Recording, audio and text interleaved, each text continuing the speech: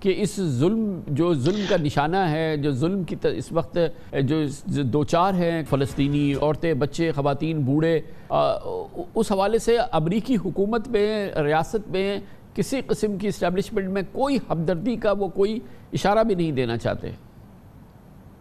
نہیں، یہ بات آپ کی ایک لحاظ سے تو صحیح ہے کہ یہ جو ڈیموکریٹ گورنمنٹ ہے، جو ٹریڈیشنل سیاستدان ہیں، وہ اسرائیلی لابی کی بہت بری طرح اس کی گرفت میں ہیں۔ لیکن اب ایک تبدیلی ہوئی ہے، بہت بڑی جو تبدیلی، ایک جوہری تبدیلی یہ ہوئی ہے امریکہ میں کہ جو ایلیٹ کا کنسنسس تھا، اشرافیہ کا جو اجماع تھا اسرائیل کے حق میں، وہ ٹوٹنا شروع ہوا ہے۔ مثلا میڈیا میں اب اسرائیل کے خلاف بہت خبریں اشاعہ ہوتی ہیں، سوشل میڈیا کا طوفان ہے جو اسرائیل کے خلاف ہے۔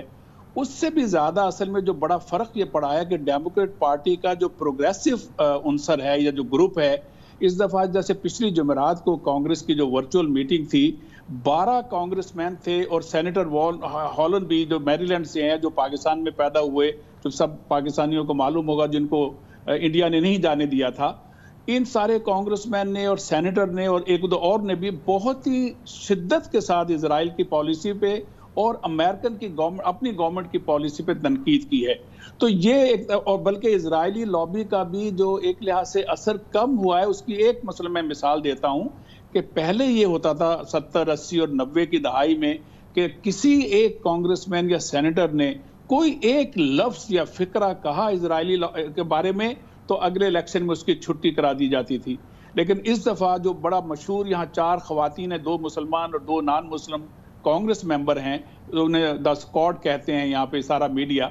انہوں نے وہ ڈٹ کے اسرائیل کی پالیسی کے خلاف بات کرتی ہیں اور گورنمنٹ کی پالیسی کے بھی خلاف۔ انہوں نے بہت اسرائیلی لابی نے زور لگایا انہیں الیکشن میں شکست دینے کے لیے، لیکن ان کو شکست نہیں دے پائے۔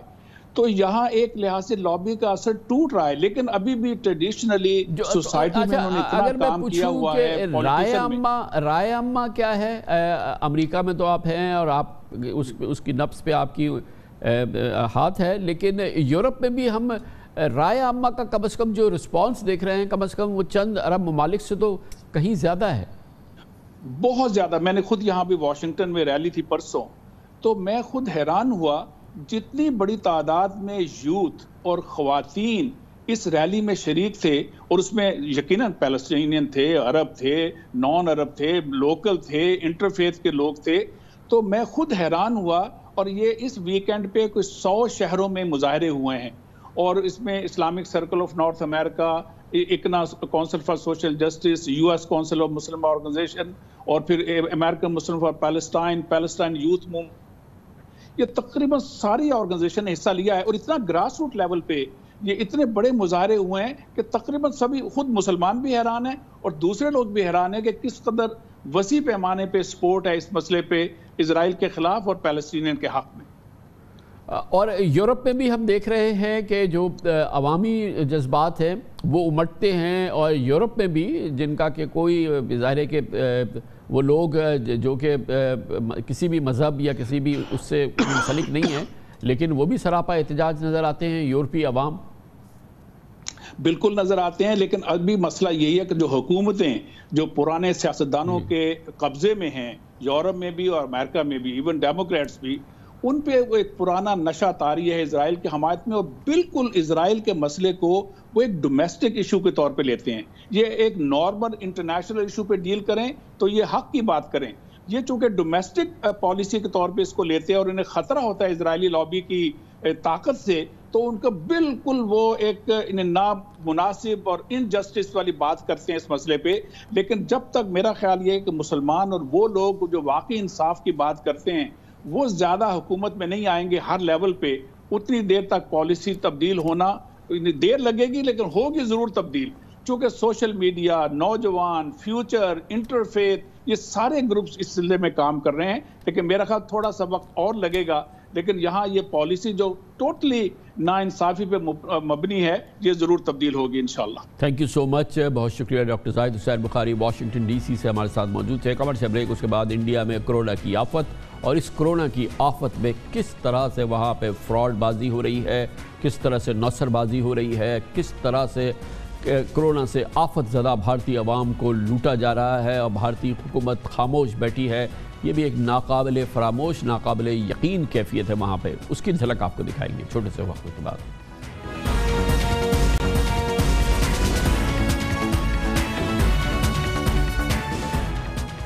بلا شبہ بھارت اس وقت دنیا بھر میں کرونا کے پھیلاؤ کا مرکز ہے۔ کرونا وائرس بھارتی ویرینٹ اس وقت دنیا کے 40 ممالک میں پھیل چکا ہے۔ خوش قسمتی کی بات ہے کہ اس ویرینٹ کا ابھی تک پاکستان میں کوئی کیس نہیں ہے۔ ایک طرف بھارت کو اس وقت یومیہ لاکھوں نئے کیسز، ہزاروں اموات کا سامنا ہے، تو دوسری جانب کرونا کے حوالے سے بھارتی معاشرے کی اخلاقی پستیاں سامنے آ رہی ہیں۔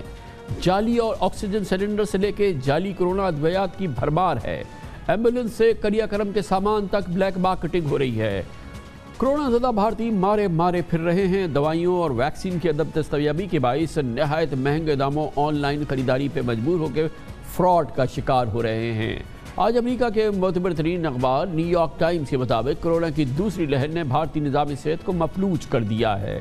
عوام کو وائرس کے پھیلاؤ کو روکنے سے متعلق حکومتی اقدامات اور نریندر مودی کی صلاحیتوں پر اب کوئی بھروسہ نہیں۔ ہاسپٹل بھر چکے ہیں، ادویات، ویکسین اور آکسیجن نہیں ہے۔ ایسے میں منافع خور جو ہیں ان لوگوں کی مجبوری سے بھرپور فائدہ اٹھا رہے ہیں۔ اخبار لکھتا ہے کہ حال ہی میں پولیس نے ایک بزنس مین کو گرفتار کیا جو فائر ایکسٹنگوشرز کو دوبارہ پینٹ کر کے اسے آکسیجن کینسٹر کے طور پہ بیچ رہا تھا۔ ان کینسٹرز میں آکسیجن بھرنے سے یہ پھٹ بھی سکتے تھے۔ بھارتی میڈیا اس کی گواہی دے رہا ہے۔ بھارت میں جاری اخلاقی پستی کو مزید نمایاں کرتے ہوئے اخبار نیو یارک ٹائمز نے ایک اور مثال میں بتایا کہ دلی میں کپڑوں کے تاجر کو اپنی بیمار اہلیہ کے لیے ریمڈیسیویر کی dose online black market میں 5 گنا زیادہ قیمت میں حاصل ہوئی اور حاصل کردہ 6 میں سے آخری 2 ڈوز جعلی ان کو دے دی گئی۔ اسی ماہ نریندر مودی کی ریاست گجرات میں پولیس نے فیکٹری سے 3000 سے زائد جعلی ریمڈیسیویر کے انجیکشنز برآمد کیے تھے جن میں گلوکوز کا پانی بھر دیا گیا تھا۔ یہ جعلی انجیکشنز بڑی تعداد میں پہلے ہی مارکیٹ میں فروخت کیے جا چکے تھے اور نہ جانے کتنے مریض انہیں استعمال بھی کر چکے تھے۔ اس طرح لکھنؤ کے ایک اور خاندان نے اسی انجیکشن کی 6 ڈوزز کے لیے $1400 ادا کیے جو کہ حکومتی قیمت سے 300% زیادہ ہیں۔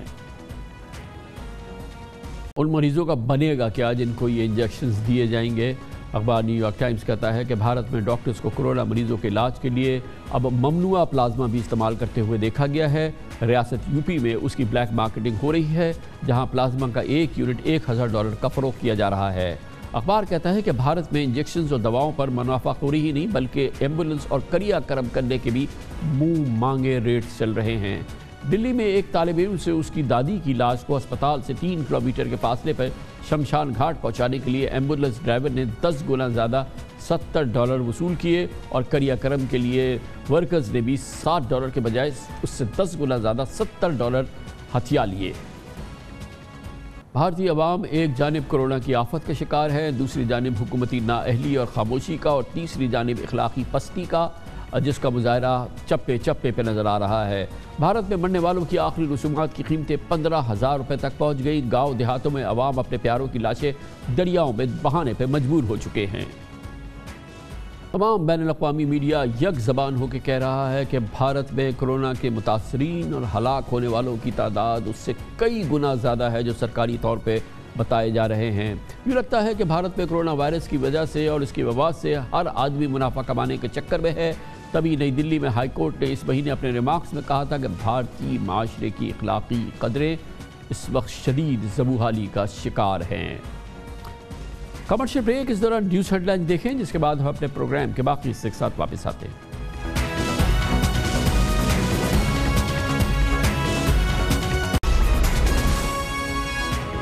آپ دیکھ رہے ہیں خبروں، تبصروں اور تجزیات پر مبنی پاکستان کا سب سے معتبر نیوز شو دنیا، کامران خان کے ساتھ۔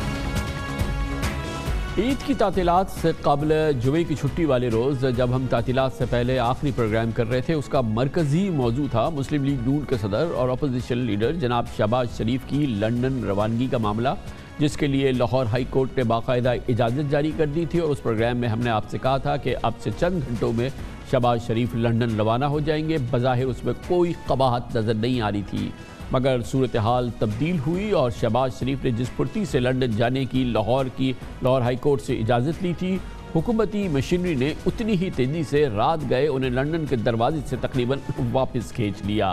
کل وفاقی کابینہ نے شہباز شریف کا نام ایگزٹ کنٹرول لسٹ میں ڈالنے کی بھی منظوری دی اور آج وزارت داخلہ نے انہیں ایگزٹ کنٹرول لسٹ میں داخل کر دیا۔ گویا لاہور ہائی کورٹ کی غیر معمولی کارروائی اب غیر مؤثر ہو چکی ہے۔ وفاقی وزیر داخلہ شیخ رشید احمد نے آج شہباز شریف کا نام ای سی ایل میں ڈالنے کی وجوہات سامنے رکھی۔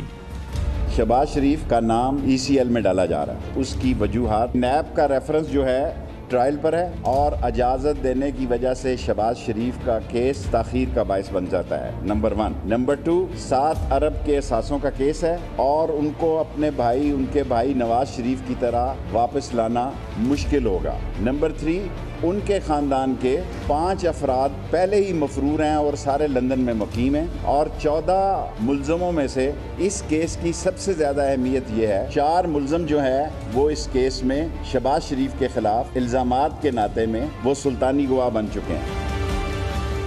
آج ہی وفاقی حکومت نے شہباز شریف کا نام بلیک لسٹ سے نکالنے کے متعلق لاہور ہائی کورٹ کا فیصلہ سپریم کورٹ میں بھی چیلنج کیا۔ درخواست میں موقف اختیار کیا گیا کہ لاہور ہائی کورٹ نے متعلقہ حکام سے نہ تو کوئی جواب مانگا، نہ نوٹس دیا اور نہ ہی کوئی رپورٹ طلب کی۔ عدالتی حکم قانوناً برقرار نہیں رکھا جا سکتا، اس لیے شہباز شریف کا نام بلیک لسٹ سے نکالنے کا حکم کل اردب قرار دیا جائے۔ مشیر داخلہ و احتساب بیرسٹر شہزاد اکبر نے شہباز شریف کی عدالتی ریلیف کے خلاف ایک ہفتے قبل ہی قانونی نکات اکٹھے کیے تھے۔ ان کا کہنا ہے کہ شہباز شریف کی ضمانت کے فیصلے میں 4 ججز نے میڈیکل گراؤنڈ کو مد نظر نہیں رکھا تھا۔ بیل آرڈر پہ آ جائیے تو بیل آرڈر کے اندر ہائی کورٹ کے جو ڈیٹیل فیصلے کے اندر انہوں نے میڈیکل گراؤنڈ اس کے اوپر اسجد گرال صاحب کے فیصلے سے اگری کیا، تینوں ججز نے، یعنی کہ 4 ججز نے یہ کہہ دیا کہ اس کیس میں نہ ہی کوئی میڈیکل گراؤنڈ ہے اور نہ ہی مقدمے کی جو طوالت ہے اس کی وجہ سے بیل ہونی چاہیے۔ اگر میڈیکل گراؤنڈ نہیں ہے تو جو اب شہباز شریف کو انہوں نے سہولت لینے کی کوشش کی میڈیکل گراؤنڈ میں پاکستان سے باہر جانے کی، اور میڈیکل گراؤنڈ اور میڈیکل چیک اپ کے لیے ان کو اجازت دی گئی، تو یہ 2 فیصلوں میں کانٹراڈکشن آ گیا، اس لیے اس فیصلے میں اپیل ہونی چاہیے۔ اور یہ بھی بڑا امپورٹنٹ پوائنٹ ہے کہ جب اگر یہ ملک سے باہر چلے جاتے ہیں تو ایبسنس میں کسی اکیوز کے خلاف ٹرائل پروسیڈ نہیں کر سکتا۔ یہ باہر چلے جائیں گے تو باقی جو اس کیس کے اندر 14 ملزمان ہیں ان کا حق بھی مارا جاتا ہے کیونکہ ان کا مقدمہ چل نہیں سکے گا۔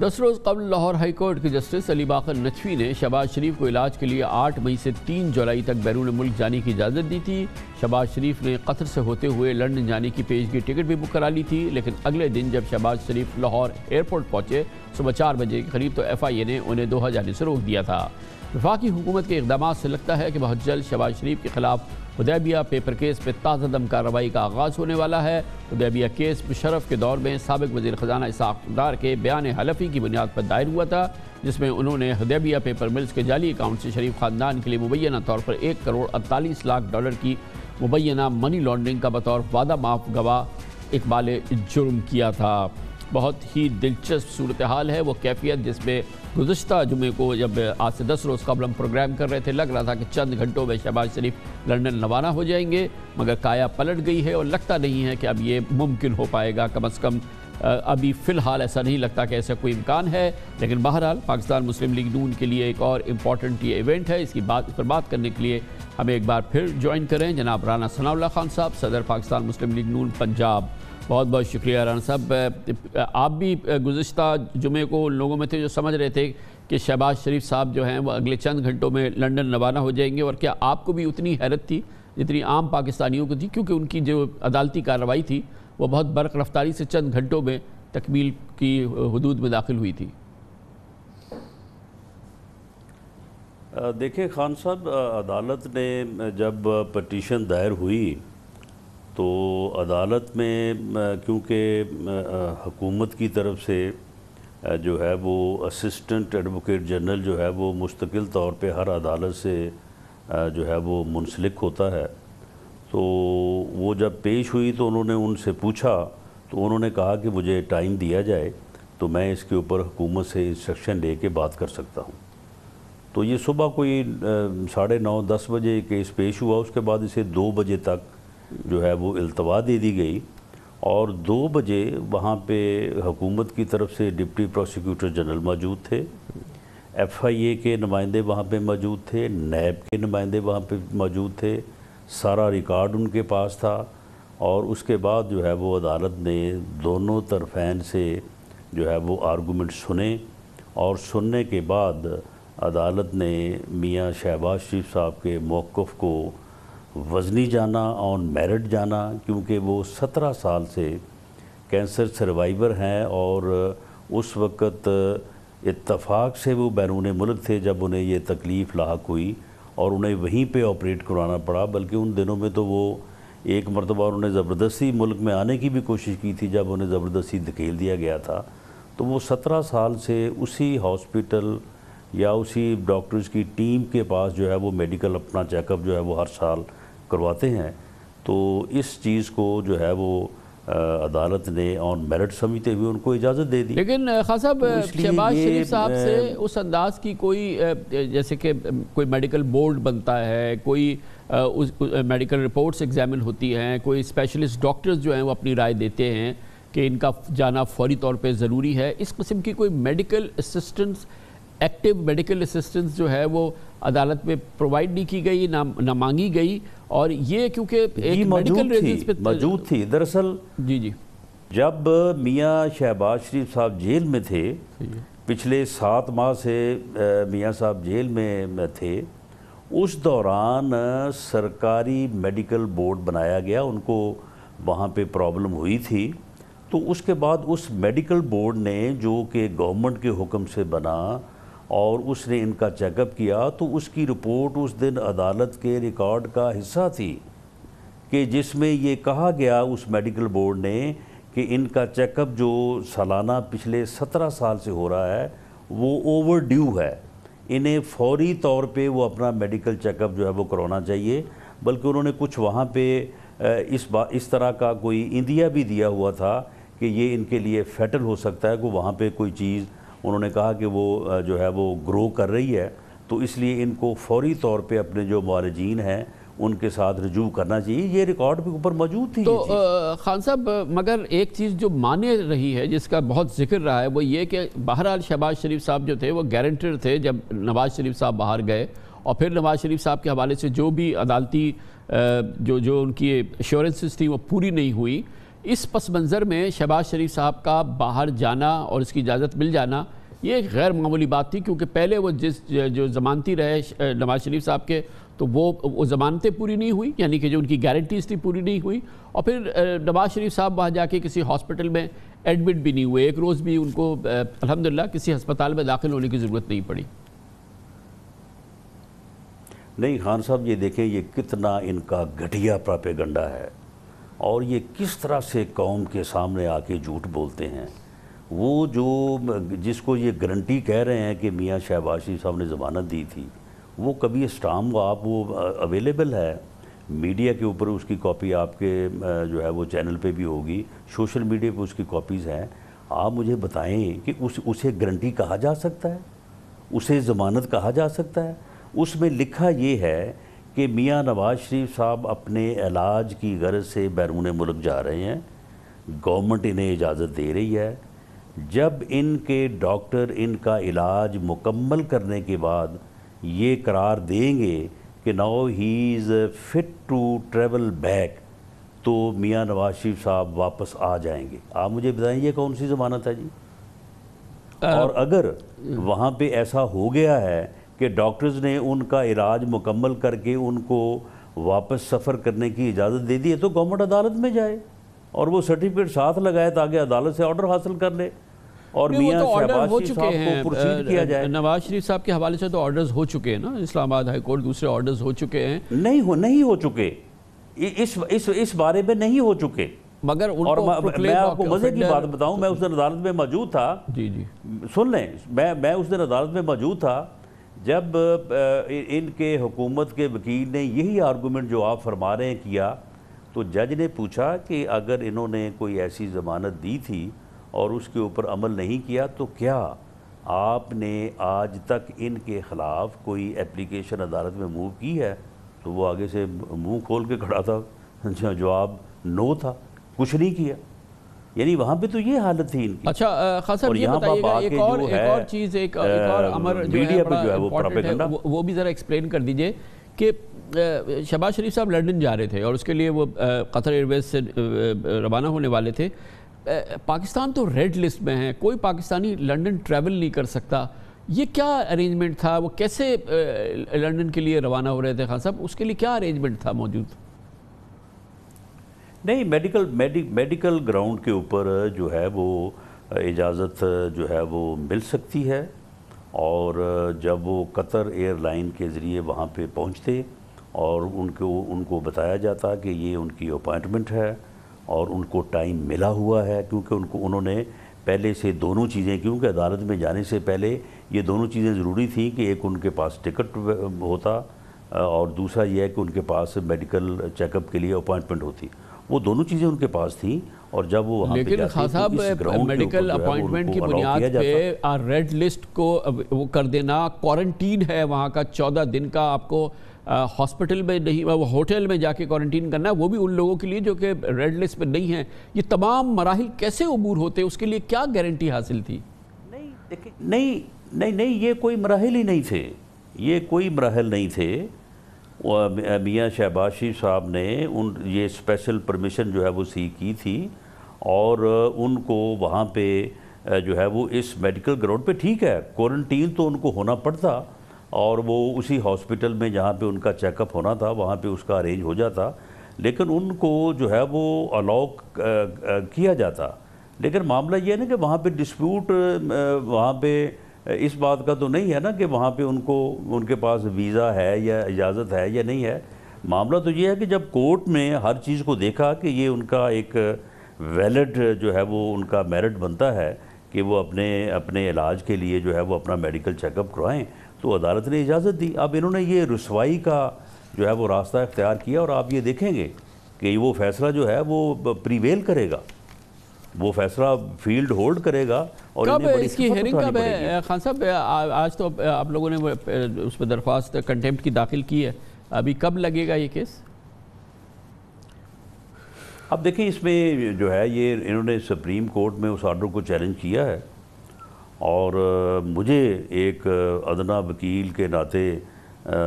جو ہے وہ میری سمجھ ہے کہ ان لیمنی جو ہے یہ خارج ہو جائے گی، اور ان کو بڑی وہاں سے جھاڑ پڑے گی ان کو، کیونکہ ان کا جو یہ کیس ہے، ایک تو جو بنیادی طور پہ جو کیس ہے اس میں جو فل بینچ نے ان کو ضمانت دی ہے انہوں نے اڑا کے رکھ دیا ہے ان کے کیس کو. یعنی اس کیس میں 110 گواہان ہیں.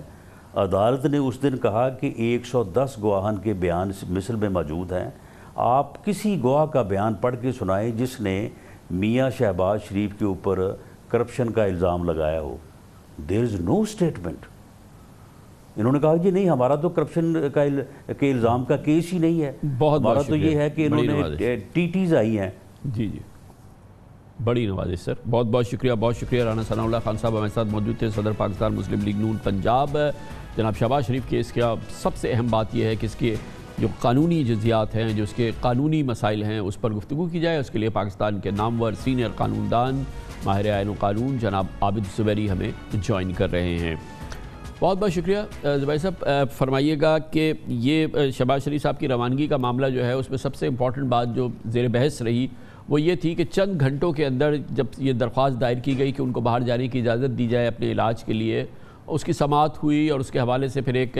مختصر فیصلہ بھی آ گیا، اور پھر شہباز شریف صاحب اس فیصلے کی روح سے لاہور ایئرپورٹ بھی چلے گئے. پھر حکومتی مشینری حرکت میں آئی اور ان کو روکا. آپ کے نزدیک یہ کوئی یہ جس رفتار سے، جس تیزی سے یہ مقدمہ اپنی مراحل عبور کیا اس نے چند گھنٹوں کے دوران، کیا یہ کوئی غیر معمولی بات تھی؟ بسم اللہ الرحمن الرحیم. السلام علیکم کامران خان صاحب، بہت شکریہ مجھے بلانے کا. بالکل آپ نے بجا فرمایا، بڑا غیر معمولی طریقے سے یہ کیس چلا. ہو سکتا ہے کیس چلتے ہیں اس طرح سے، لیکن دیکھیے اگر کوئی کیس فائل کیا جاتا ہے، پہلی بات تو ہے اگر وکیل حکومت کا یا سرکاری وکیل کورٹ میں موجود ہو، اس کے بعد انسٹرکشنز نہیں ہوتی، اور دوسری بات ہے دوسری سائڈ کو ہمیشہ ٹائم دیا جاتا ہے. اور اگر مجھے نہیں معلوم اگر اپلیکیشن دی گئی تھی فار دا پرپزز کہ نام نکالا جائے میڈیکل اس پہ، تو ایک عموماً جو ہمارے عدالتوں کا ایک طریقہ ہمیشہ رہا ہے وہ یہ ہے کہ اس کے اندر ایک میڈیکل بورڈ بنا دیا جاتا ہے. وہ ان کو جانچتا ہے، وہ دیکھتا ہے کہ ان کی میڈیکل بورڈ کی رپورٹ کی آتی ہے، اس کی بنا پہ ایک فیصلہ اگر میڈیکل گراؤنڈ ہے تو کہتا ہے کہ وہ کورٹ خود تو کمپیٹنٹ نہیں ہے میڈیکل رپورٹس کو. اگر پرانی رپورٹس بھی موجود تھیں, اور جیسے آپ کی ایک جو میں پہلے سن رہا تھا شہزاد اکبر صاحب کو کہ ہائی کورٹ سے جو ان کو بیل ملی جناب شہباز شریف کو, وہ میڈیکل گراؤنڈ پہ نہیں ملی. اگر وہاں ملی ہوتی یا وہاں بورڈ ہوتا چلے وہ دیکھ لیا جاتا. تو جس طرح سے کہا تھا گورنمنٹ کو ٹائم ملنا چاہیے تھا, گورنمنٹ اپنا مدعا پیش کرتی, اس کے بعد کورٹ جو بھی فیصلہ کرے وہ دیکھتی کہ ہاں ان کو ضرورت تھی جانے کی تو وہ ان کا نام یہ غیر معمولی بات تھی زبیری صاحب کہ شہباز شریف صاحب نے وہاں پہ ایک زبانی یقین دہانی کرائی تھی کہ وہ اگلے 2 مہینے کے اندر ملک واپس آ جائیں گے, اور اس یقین دہانی کی بنیاد پر عدالت نے بہرحال ان کو جانے کی اجازت دی. وہ زبانی یقین دہانی یہ کتنی ٹھوس چیز ہے؟ دیکھیے ڈپینڈ کرتا ہے کہ کورٹ کس کی بات مانے. وکیلوں کی بات بھی مان جاتی ہے, اسٹیٹمنٹ دا بار بات مانی جاتی ہے, اور پارٹیز کے. شہباز شریف صاحب اس ملک کے چیف منسٹر رہے ہیں, مختلف رہے, اور آپ کو یاد ہوگا کہ 2019 میں بھی ان کو لاہور ہائی کورٹ سے ان کا نام ECL میں ڈالا گیا تھا. ایک لاہور ہائی کورٹ کی ججمنٹ آئی ڈویژن بینچ کی, جس میں ان کا نام ECL سے نکالا گیا, کیوں کہتے ہیں آرٹیکل 15 جو ہمارے آئین کا ہے وہ انسان کو فنڈامنٹل رائٹ ہے, بنیادی حق ہے آپ کا ملک میں آنا اور ملک سے باہر جانا. اس کے بعد یہ ملک سے باہر گئے اور واپس آئے. تو ان کے ایگزامپل تو موجود تھی, یہ جانے کے بعد واپس بھی آئے. تو مجھے نہیں پتا کہ یہ جو گراؤنڈز ابھی دیے گئے ہیں ان کے, یہ کورٹ میں اگر ان کو چیلنج کرتے ہیں وہ ECL کی پٹیشن داخل کرتے ہیں, کیونکہ میں نے سنا ہے کہ یہ لوگ ریویو نہیں داخل کریں گے انڈر کیونکہ وہ جو ECL کا قانون ہے اس کے اندر ریویو بھی داخل کر سکتے ہیں. لیکن اگر یہ پٹیشن چیلنج کرتے ہیں تو وہاں کورٹ یہ چیزیں دیکھے گی کہ ان کا پچھلا کانڈکٹ کیسا رہا ہے. اگر پچھلے کانڈکٹ میں وہ واپس آ گئے تو کیا ہے کہ ضروری نہیں کہ اس دفعہ چلے جائیں تو واپس نہیں آئیں. آپ زبیر صاحب جب آپ کانڈکٹ کی بات کر رہے ہیں, کتنا امپورٹنٹ ہے کہ وہ جو تحریری ضمانت دی تھی شہباز شریف صاحب نے جناب نواز شریف کے باہر جانے کے حوالے سے, اور انہوں نے کہا تھا کہ وہ واپس آئیں گے جب بھی ان کا علاج مکمل ہو جائے گا. پھر ان کے جانے کا نواز شریف صاحب کا, اور اس دوران جو بھی ان کی کیفیت رہی ہے, عدالتوں نے اس پر بڑا شدید رد عمل کا بھی اظہار کیا ہے, اور وہ شہباز شریف صاحب کی اس میں تحریری یہ گارنٹی موجود تھی. وہ کاؤنٹ کرتی ہے جب ان کے باہر جانے کا معاملہ ہو عدالت کے نزدیک؟ دیکھیے کامران خان صاحب, آپ بھی جانتے ہیں آیا دن کورٹوں میں بیلز ہوتی ہیں جس کے اندر ضمانتیں دی جاتی ہیں. ضمانت جب ہوتی ہے اس پہ شیورٹیز ہوتی ہیں, اور اگر وہ آدمی اس شیورٹی کو, وہ بیل کو وائلیٹ کرتا ہے تو شیورٹی کے پیچھے قانون آتا ہے. تو اگر یہ ایشو تھا اور انہوں نے وہ واپس نہیں لا, دیکھیں خود شہباز شریف صاحب نے تو کوئی وائلیٹ نہیں کیا ہے آرڈر. وہ جناب نواز شریف صاحب ہیں جو واپس نہیں آئے یا ان کو آنا تھا, یا جو جیسے رانا ثناء اللہ صاحب کہہ رہے تھے کہ ابھی وہاں کے ڈاکٹروں نے ان کو اجازت نہیں دی ہے واپس یا سفر کرنے کی. تو اس میں شہباز شریف صاحب ایز اے ضامن, اگر ضامن ہیں اس میں جو بھی ثناء اللہ صاحب نے, رانا ثناء اللہ صاحب نے کہا اس کے حساب سے تو لگتا نہیں, لیکن اگر وہ ضامن تھے تو کورٹ اپنا ایک طریقہ کار ہے اس کے خلاف ضامن کے پیچھے آ کے ان سے لیتے ہیں. ان کی ذات عموماً یا ہوتا ہے پراپرٹی ہوتی ہے کہ پیسے رکھوائے جاتے ہیں, وہ ضبط ہو جاتے ہیں. تو یہ چیزیں ہوتی ہیں. قانون کا اپنا ایک طریقہ کار دیا ہوا ہے. اگر ضامن اپنی بات پہ شیورٹی اپنی وائلیٹ مین آر کرتا ہے تو شیورٹی کے پیچھے جانا چاہیے قانون. اس میں مجھے نہیں پتا کہ انہوں نے کیا شیورٹی دی تھی جس کے پیچھے وہ جناب شہباز شریف, لیکن یہ گراؤنڈ کے ان کے بھائی چلے گئے وہ واپس نہیں آئے اس لیے یہ بھی واپس نہیں آئیں گے, یہ میں سمجھتا ہوں کہ یہ پری جج کر رہے ہیں ابھی. کیونکہ دیکھیے اس میں کوئی, میں نے آپ کو کہا پچھلی دفعہ بیل ہوئی تھی, ECL میں نام تھا, وہاں سے نام نکالا گیا اور یہ واپس آئے. کورٹ کو اب یہ دیکھنا ہے کہ کیا انہوں نے, ان کی ضامن تھے, یہ پرسنلی رسپانسبل ہے کہ جا کے واپس نہیں آئیں گے. ہاں یہ خطرہ ہے کہ ایک ایگزامپل ہے جیسے اور میں کہا کہ اور بھی ان کے لوگ جو اس کیس میں ہیں وہ واپس نہیں آئے, لیکن یہ کہنا کہ یہ شہباز شریف صاحب بھی واپس نہیں آئیں گے, میں سمجھتا ہوں کہ یہ گراؤنڈ کورٹ اس کو بڑے غور سے دیکھے گی فیصلہ کرنے سے پہلے سر. لیکن بہرحال یہ جو آپ ابتدائی بات تھی کہ جتنی تیزی سے یہ کیس نمٹایا گیا, یعنی کہ چند گھنٹوں کے اندر درخواست دائر اور پھر سماعت اور پھر اس کے بعد یہ اور پھر فیصلہ, یہ غیر معمولی بات ہے. یہ غیر معمولی ان دا سینس کہ مجھے جہاں تک کورٹ میں جو عموماً طریقہ کار جو ہم نے دیکھا ہے آج تک, اس میں یہ ہوتا ہے کہ اس میں نوٹس دیا جاتا ہے, نوٹس کے بعد جواب آتا ہے, جواب پہ جواب اس پہ دیا جاتا ہے, اس کے بعد کیس کی سنوائی ہوتی ہے. اور میڈیکل گراؤنڈ تھا جیسے میں نے آپ نے پہلے فرمایا, میں نے عرض کیا آپ کے سامنے کہ اس میں پھر ان کو میڈیکل بورڈ بنانا چاہیے تھا. دوسری بات سر, ٹرائل کورٹ کے اندر بھی ایک آپشن ہوتا ہے کہ ٹرائل کورٹ میں بھی اپلیکیشن دی جا سکتی تھی. وہ جیسے ایک ون آف دا گراؤنڈ جو آج دیا گیا اس میں کہ جنہوں نے وہاں ابھی کچھ نہیں کیا تو وہاں بھی دیا جا سکتا تھا. تھا. لیکن یہ اب نیچرلی معاملہ سب سپریم کورٹ میں انہوں نے چیلنج کیا ہے حکومت نے. اب وہاں دیکھنا ہوگا کہ کیا کورٹ سمجھتی ہے, اعلیٰ عدالت ہماری سپریم کورٹ سمجھتی ہے کہ یہ غیر معمولی تھا یا نہیں تھا, یا ان کا فیصلہ بڑی صحیح تھا. نوازش. جناب عابد زبیری ہمارے ساتھ موجود ہے. کمرشل بریک, اس کے بعد ذکر کریں گے کراچی والوں کا جنہوں نے کہ عید کی چھٹیاں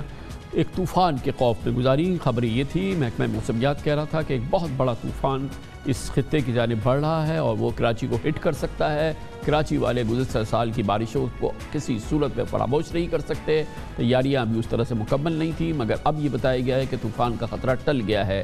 جائزہ لیتے ہیں کہ کراچی اس طوفان سے نمٹنے کے لیے کتنا تیار تھا, ایک چھوٹے سے وقفے کے بعد. عید کی چھٹیاں کراچی والوں نے اور اکثریت کراچی والوں نے اس خوف میں گزاری کہ کوئی بہت بڑا طوفان کراچی کے ساحل کو ہٹ کرنے والا ہے اور کراچی کے لیے ایک تکلیف کا سامان پیدا کر سکتا ہے. خدا کا لاکھ لاکھ شکر ہے کہ کراچی کی ساحلی پٹی سے سمندری طوفان تاؤتے کا خطرہ ٹل گیا ہے. اب محکمہ موسمیات کہتا ہے کہ فی الحال کراچی میں گرج چمک کے ساتھ بارش ہونے کا بھی امکان نہیں, لیکن حقیقت یہ ہے کہ پچھلے 3 دن سے کراچی والے طوفانی بارشوں کے خوف میں مبتلا رہے. محکمہ موسمیات کہتا ہے کہ کراچی میں آج سے جمعرات تک تیز ہواؤں کے ساتھ موسلادھار بارش کی ان کی جو پہلی پیشن گوئی تھی, اب اس میں بھی بنیادی کوئی تبدیلی لا رہے ہیں. کراچی میں پچھلے سال اندھا دھند بارش ہوئی تھی, اس کی تباہ کاریاں شہریوں کے لیے بھیانک خوف تھا. پچھلے سال مانسون بارشوں کے دوران برساتی نالوں کی صفائی نہ ہونے کی وجہ سے پورا کراچی ڈوب گیا تھا. گجر نالہ, محمود آباد نالہ سمیت شہر کے 38 برساتی نالے ابل پڑے تھے. گلیاں اور سڑکیں ندی نالوں کا منظر پیش کر رہی تھیں اور انڈر پاسز سڑک پانی سے بھر گئے تھے. ڈیفنس کا پوش علاقہ ہو یا لیاری کی پسماندہ بستی, ہر علاقہ پانی پانی ہو گیا تھا اور بارش اربوں دسیوں اربوں روپے کی املاک بہا کر لے گیا تھا. پچھلے سال کراچی میں اندھا دھند بارش نے حکومت کی ہر لحاظ سے ناکامی کا پردہ چاک کیا تھا. برساتی نالوں کی صفائی میں مجرمانہ غفلت برتی گئی تھی اور اس میں شہر کے تمام ادارے شامل تھے. یقیناً کراچی شہر کا ایک بڑا حصہ کنٹونمنٹ چلاتی ہیں, باقی حصہ حکومت سندھ کی نگرانی میں رہتا ہے. اس زمانے میں ضلعی حکومتیں بھی تھیں. اب اس کے پس منظر میں چیف جسٹس آف پاکستان جناب گلزار احمد نے NDMA کو کراچی کے برساتی نالوں کی صفائی کا ٹاسک دیا تھا. اس سال مانسون سیزن کی آمد سے قبل ایک بار پھر سوال یہ پیدا ہوتا ہے کہ سندھ حکومت NDMA ضلع انتظامیہ کے الیکٹرک کتنی تیار ہے. اگرچہ وفاق اور سندھ حکومت نے نکاسی آب کے لیے اربوں روپے کے فنڈز اور بجٹ مختص کیے ہیں. نالوں کی صفائی اور تجاوزات کے خلاف ایکشن بھی سامنے آیا ہے, لیکن کراچی والے سندھ حکومت اور NDMA کے دعووں کو ماننے کے لیے تیار نہیں ہیں. کتنا تیار ہے کراچی اب کسی بھی اس قسم کی قدرتی آفت سے نمٹنے کے لیے, اور کیا اس بات کی ضمانت ہے اور کتنی تیاری ہے کہ گزشتہ سال والے سانحات ہم تسلسل سے نہ دیکھیں اس قدرتی آفت کے حوالے سے؟ ہمیں اس کا جواب دیں گے محترم سید ناصر حسین شاہ ہمارے ساتھ موجود ہیں, وزیر انفارمیشن اور لوکل گورنمنٹ. بہت بہت شکریہ شاہ صاحب, آپ نے ایک بار پھر ہمیں جوائن کیا ہے. اللہ کے فضل و کرم سے طوفان کا خطرہ تو محکمہ موسمیات کہتا ہے کہ تقریباً ٹل گیا ہے, لیکن آج ٹل گیا ہے, ہمیں کیا معلوم کہ کل آ جائے. کراچی والے یہ جاننا چاہتے ہیں کہ ہماری تیاری آج ہم کتنے تیار ہیں اس قسم کی قدرتی آفت سے نمٹنے کے لیے. بسم اللہ الرحمن الرحیم, اللہم صلی علی محمد و آل محمد. السلام علیکم خان صاحب. جی میں آپ کے توسط سے کراچی اور ویسے جن دیگر اضلاع بھی افیکٹ ہوتے ہیں سائیکلون سے یا جب شدید بارشیں ہوتی ہیں, ان سب کو یہ یقین دلاتا ہوں کہ ہم الرٹ ہیں اور چیف منسٹر سندھ نے اس پر مکمل طور پر سب کو الرٹ بھی کیا ہوا ہے. انہوں نے میٹنگز بھی کی ہیں, ہم نے کنٹرول روم بھی قائم کیے ہیں اور دیگر جو ڈپارٹمنٹ اس سے منسلک ہیں, ریلیٹڈ ہیں, ان سب کو الرٹ کر دیا گیا ہے. شاہ صاحب الرٹ تو as far as alert is concern تو سندھ حکومت اور یہ تمام محکمے الرٹ ساؤنڈ تو انہوں نے گزشتہ سال بھی کر دیا تھا. میں یہ جاننا چاہ رہا ہوں کہ زمینی صورتحال, یعنی کہ اگر پانی آ جاتا اور پانی اسی انداز سے آ جاتا تو کیا نالوں سے نکل جاتا, گھروں میں بھرتا نہیں, وہ کیفیت وہ قیامت جو ہم نے گزشتہ سال دیکھی وہ اس سال نہیں آتی. وہ تیاری کتنی ہماری مکمل ہے؟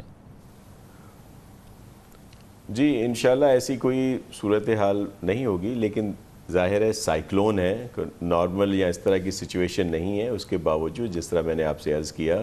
کہ چیف منسٹر صاحب نے سب کو آن بورڈ لیا اور اس میں سب لوگ ہمیں سپورٹ کرتے ہیں. کور ہے یہاں پہ جو, وہ بھی, پھر نیوی اور اس طرح دیگر جو بھی ادارے ہیں, اور پھر جو ہمارے سندھ گورنمنٹ کے ادارے ہیں, ان کو جو ایکوپمنٹ چاہیے تھا, جس طرح کا انہوں نے کام کرنا تھا,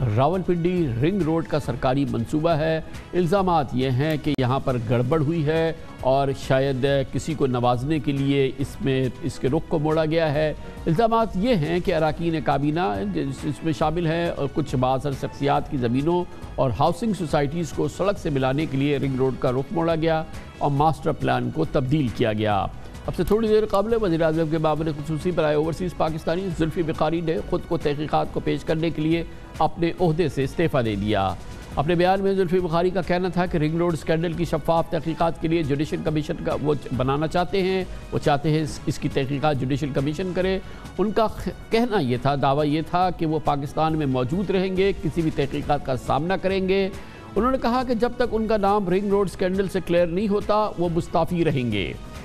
دراصل راولپنڈی رنگ روڈ پروجیکٹ میں مفادات کے ٹکراؤ یعنی کہ کانفلکٹ آف انٹرسٹ کا جائزہ لینے کے لیے حکومت پنجاب نے فیکٹ فائنڈنگ انکوائری کروائی تھی، مگر کمشنر اور ڈیپٹی کمشنر راولپنڈی کی دو متضاد انکوائری رپورٹس نے شکوک و شبہات اور الزامات میں اضافہ کیا۔ لگتا یہ ہے کہ وہ رپورٹ جس میں کہ شکوک اور شبہات اور الزامات تھی وہ میڈیا اور حزب اختلاف کے حوالے کر دی گئی اور یقیناً اس نے پھر ایک نیا رخ لیا۔ اس کے بعد پرسوں وزیر اعظم عمران خان نے ایک نئی اثر نو تحقیقات کا حکم دیا ہے، جبکہ chairman NAB justice retired Javed Iqbal نے آج ایک بیان میں کہا کہ منصوبے میں مبینہ بدعنوانی اور بے ضابطگی اور زمین کو غیر قانونی ایکوزیشن کی وہ نیب اس کی بھرپور تحقیقات کرے گا۔ ضلع انتظامیہ کی فیکٹ فائنڈنگ رپورٹس کے مطابق 85 کلومیٹر طویل راولپنڈی رنگ روڈ کی تعمیر پر ابتدائی تخمینہ 40 ارب روپے تھا، لیکن پروجیکٹ میں نئی راستے شامل کرنے سے لاگت میں 25 ارب روپے کا اضافہ ہوا۔ مسلم لیگ نون کا الزام ہے کہ راولپنڈی رنگ روڈ منصوبے میں تبدیلی سے وفاقی کابینہ کے اراکین کو براہ راست مالی فائدہ پہنچایا گیا۔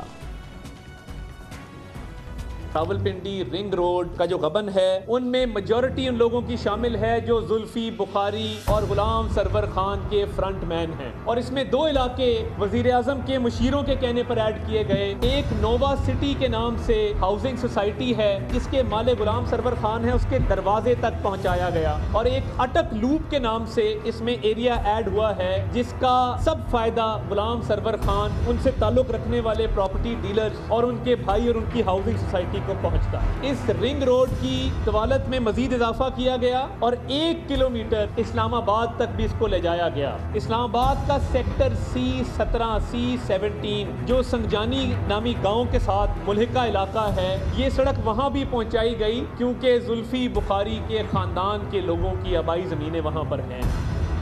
میں آپ کو بتا چکا ہوں کہ زلفی بخاری نے اب سے تھوڑی دیر قبل اپنے عہدے سے استعفیٰ دے دیا ہے اور اپنے آپ کو تحقیقات کے لیے پیش کر دیا ہے اور کہا کہ اس وقت تک وہ مستعفی رہیں گے جب تک کہ ان الزامات کی ایک انڈیپینڈنٹ رپورٹ سامنے نہیں آ جاتی۔ دوسری جانب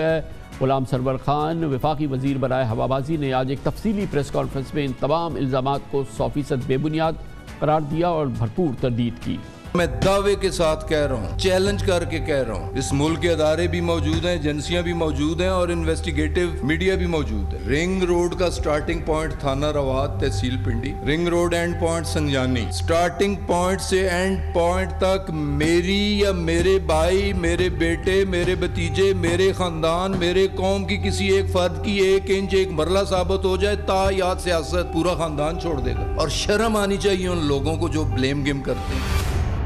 اس معاملے کی ابتدائی تحقیقات جو ضلع انتظامیہ نے کی تھی اس کی بھی متضاد تحقیقات ہیں، متضاد اس کی تحقیقاتی رپورٹس تھی۔ اس نے اس معاملے میں کانفلکٹ آف انٹرسٹ کو مزید نمایاں کیا ہے۔ کمشنر راولپنڈی کی رپورٹ کے مطابق 12 نجی ہاؤسنگ سوسائٹیز کو رنگ روڈ کے اصل پلان سے کیونکہ بہت دور تھی لیکن انہیں قریب لانے کے لیے خلاف ضابطہ 2 ارب 30 کروڑ روپے کی زمین خریدی گئی اور ری الائن کر کے بااثر شخصیات اور ان کے بے نامی اداروں کو فائدہ پہنچایا گیا، جس کے ذمہ دار سابق کمشنر محمود احمد مبینہ طور پہ اور ضلع انتظامیہ کے دوسرے آفیسر ہیں، جبکہ خبریں ہیں کہ ڈیپٹی کمشنر راولپنڈی کی رپورٹ کے مطابق منصوبہ وزیر اعلیٰ عثمان بزدار اور ان کے مشیر خزانہ ڈاکٹر سلمان شاہ کی منظوری سے ری الائن کیا گیا۔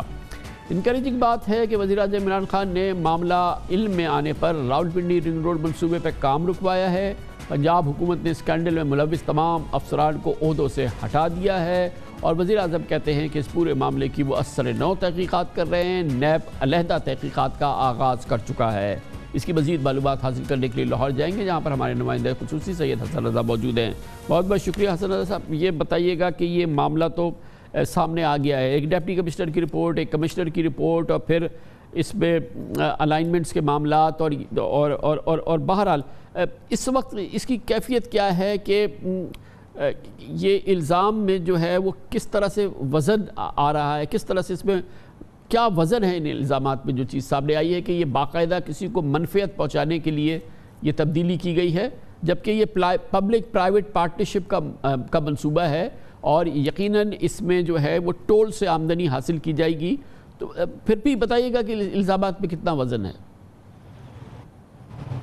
دیکھیں کامران صاحب، یہ رپورٹ آنے کے بعد ایک تو ہائی آفیشل لیول پر بیوروکریسی جو مین بیوروکریسی کہلاتی ہے پنجاب اور وفاق کی، وہ تو دو حصوں میں تقسیم ہو چکی۔ البتہ جب 2016 میں اس کا فیصلہ کیا گیا تھا اس وقت شہباز شریف تھے، 2017 میں اس پر باقاعدہ کام شروع ہوا اور اس وقت جو ہے نیسپاک کو اس کی کنسلٹنسی کا ٹھیکہ دیا گیا تھا۔ اس وقت 36 کلومیٹر کے الائنمنٹ کے جو ہے وہ کنسلٹنسی رپورٹ تیار کی تھی اور NHA کی جانب سے تحفظات کا اظہار کیا گیا تھا، اور یہ بھی رپورٹ سامنے آئی ہے کہ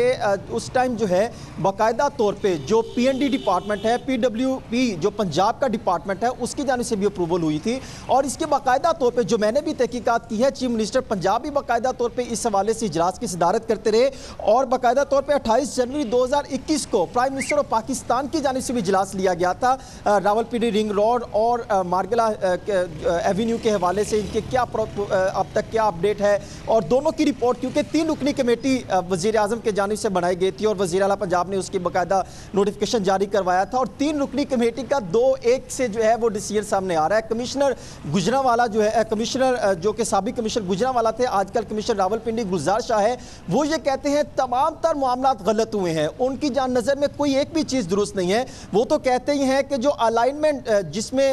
جو ہے زگ زیگ پسوار زگ زیگ کا علاقہ اور اس کے ساتھ اٹک پول کے جو علاقے جات شامل کیے گئے ہیں، وہ باقاعدہ ہاؤسنگ سوسائٹیوں کے ساتھ مل کے، اور پھر اس میں ڈاکٹر توقیر شاہ کا پریشر تھا، رپورٹ میں مینشن کیا گیا ہے، پھر ان کے ساتھ ساتھ بہت سے جو ہے بااثر افراد کا مینشن کیا گیا ہے کہ وہ اس میں مداخلت کرتے تھے، اور جو کمشنر سابق کمشنر راولپنڈی تھے کیپٹن محمود، ان پر بھی پریشر کیا گیا، اور وہ کیونکہ پروجیکٹ ڈائریکٹر تھے اور ان پر بھی بہت سارے تحفظات کا اظہار کیا گیا ہے، جبکہ جو انوار الحق سابق ڈپٹی کمشنر، یہ الزامات ایک تو آئے اس کمیٹی کے ڈپٹی کمشنر کے تھرو جس میں محمود احمد صاحب خود شامل تھے، اور اب ان الزامات کو ایک نئی روح دی ہے اور نئے طریقے سے نئے بھرپور انداز میں دوبارہ عائد کیا ہے نئے کمشنر راولپنڈی نے، انہوں نے اپنی جو تحقیقات کی ہے اس میں ان الزامات کو دہرایا گیا ہے۔ جی بالکل وہی الزامات کو دہرایا اور بہت شدید الزامات لگائے ہیں کہ ان کا یہ کہنا ہے کہ باقاعدہ یہ منصوبہ بندی کے ساتھ الائنمنٹ چینج کی گئی۔ وہ یہ کہتے ہیں گلزار شاہ کہ رپورٹ میں کسی بھی جگہ سے اپروول نہیں لیا گیا اور RFC جاری کر دیا گیا، پریس میں جو ہے اشتہار جاری کر دیا گیا، بڈنگ کا عمل شروع کر دیا گیا، جبکہ جو کیپٹن انوار ہے ان کی رپورٹ یہ کہتی ہے باقاعدہ طور پہ ہم نے پبلک پرائیویٹ پارٹنرشپ سے اپروول لی تھی اور RDA راولپنڈی ڈیولپمنٹ اتھارٹی نے اپروول لی تھی، کیونکہ سارے پروجیکٹ میں ڈپٹی کمشنر راولپنڈی کا تو کوئی لینا دینا نہیں تھا، کیونکہ یہ RDA سارے معاملات دیکھتا ہے اور وہاں سے پبلک پرائیویٹ پارٹنرشپ کے تحت یہ پروجیکٹ ہوتا ہے، اور ایک کمیٹی بنائی گئی تھی ٹیکنیکل جو کہ سلمان شاہ دیکھتے ہیں، وہ بھی سارے معاملات کو ہیڈ کرتے رہے ہیں، اور ان کی جانب سے بھی اپروول کے بعد RFC جاری کیا گیا۔ اب وہ الزامات تو بہت سارے ہیں جس پر کافی اب جو ہے شکوک و شبہات بھی پیدا ہو گئے، اور خاص طور پہ اب یہ بھی وزیر اعلیٰ پنجاب کی جانب سے اینٹی کرپشن کو یہ ٹاسک سونپ دیا گیا ہے۔ چیف سیکرٹری پنجاب نے کچھ دیر قبل صحافیوں سے جو ہے ملاقات کی تھی اور اس میں یہ بھی بتایا ہے کہ ہم نے معاملہ اسٹیبلشمنٹ ڈویژن کو بھیج دیا ہے، یعنی پنجاب میں بھی بہت سارے جو ہے کنفلکٹ آف انٹرسٹ چیزیں سامنے آ رہی ہیں، اور خاص طور پہ principal accounting officer chief secretary Punjab ہوتے ہیں، ان کی بھی ذمہ داری تھی کہ اتنے عرصے سے اگر یہ معاملہ چل رہا تھا اور جو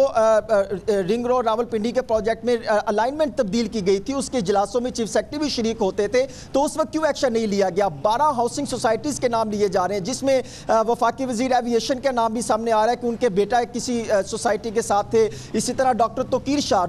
شاہ کے جو 3 کزن ہیں وہ ماموں ہیں زلفی بخاری کے، جہاں سے وہ لنک کہتے ہیں کہ ڈیولپ ہوتا ہے، جبکہ ان کی جو میں نے انویسٹیگیشن کی شاید ان کے کافی عرصے سے اختلافات ہیں ان دونوں خاندانوں کے درمیان، تو آپس میں بول چال بھی کسی حد تک بند ہے، جبکہ ڈاکٹر توقیر شاہ ایک الگ ہے جس پر چیف سیکرٹری پنجاب یہ کہتے ہیں کہ ان کا معاملہ ہم نے اسٹیبلشمنٹ ڈویژن بھجوا دیا ہے کیونکہ وہ پریشر رائز کرتے تھے۔ بہت شکریہ حسن رضا ہمارے ساتھ موجود تھے۔ الزامات ہیں یہ یقینی طور پہ بتانا ضروری ہے، فی الحال یہ الزامات لگے ہیں، اب اس کی تحقیقات ہو رہی ہے۔ اثر نو وزیر اعظم نے تحقیقات کو آرڈر کیا ہے، نیب اپنی تحقیقات کر رہی ہے، دیکھتے یہ ہیں کہ اس تحقیقات کے نتیجے میں یہ الزامات کس حد تک درست ثابت ہوتے ہیں، لیکن پاکستان میں کوئی بھی بڑا ترقیاتی منصوبہ ہو اس پہ الزامات ضرور لگتے ہیں. ضروری نہیں کہ وہ سب جھوٹے ہوں اور ضروری نہیں کہ وہ سب سچ ہوں. اس کے ساتھ ہی ہمارے آج کے پروگرام کا اختتام ہوتا ہے. کل آپ سے پھر ملاقات ہوگی انشاءاللہ. کل تک کے لیے کامران خان کو اجازت. اللہ حافظ.